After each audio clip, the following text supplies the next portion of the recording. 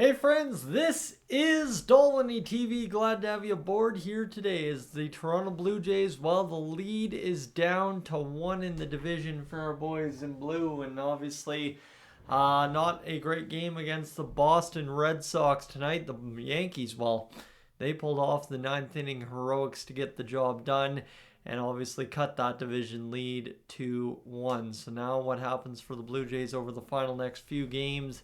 That is going to be a test of this team's character. Obviously, outside of maybe Sunday, the offense, even the broadcast mentioning kind of going quietly here over the past several games.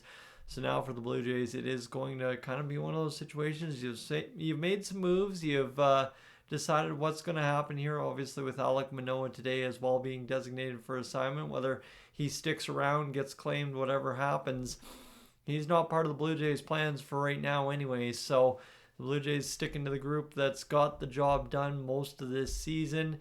And really now the question is, over the next few games, can the offense revive itself and get the job done? Because, you look at the Blue Jays, it's not like they were terrible tonight, right? Like 4 runs against, and obviously a game that, you wish you would have won, right? Because, again, you would have maintained at least that 2-game lead in the division. The Blue Jays not scoring until the 4th inning. And really, it was a story. This is the thing. Lucas Giolito knocked out in the 5th inning. So it's not like the Blue Jays didn't have their chances to get some runs on the board early at 4 walks early on. It was just not maybe Giolito's night. But the bullpen work from Wilson, Whitlock, Slayton, and of course Chapman for the Boston Red Sox got the job done. Aroldis Chapman chilling in the bullpen, having a $1.20 ERA this season. So just kind of is what it is at this point when you get sliced up by the bullpen like that.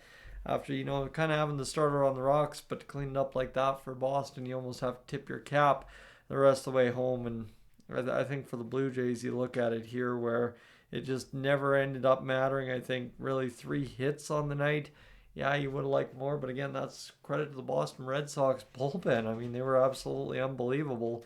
And really, it's just a question of, are the Blue Jays going to be able to get the job done here the rest of the way home in these next few games to, of course, secure the division? They're holding down. This is the worst part about it, okay? This is the absolute worst part. The Blue Jays are holding down first place in the AL pretty handily. Actually, I was checking that during the game. Give me a sec. I should know this off the top of my mind, but I don't. Let me go over here. Standings. Yeah, the Blue Jays are holding down first place handily. The Mariners, 87 wins. The Blue Jays with 90 as of currently. So, yeah, losing again tonight kind of costs you maybe a little bit in that. But, again, at least a bare minimum 2-game lead there by night's end. So you're looking at answers for the Blue Jays.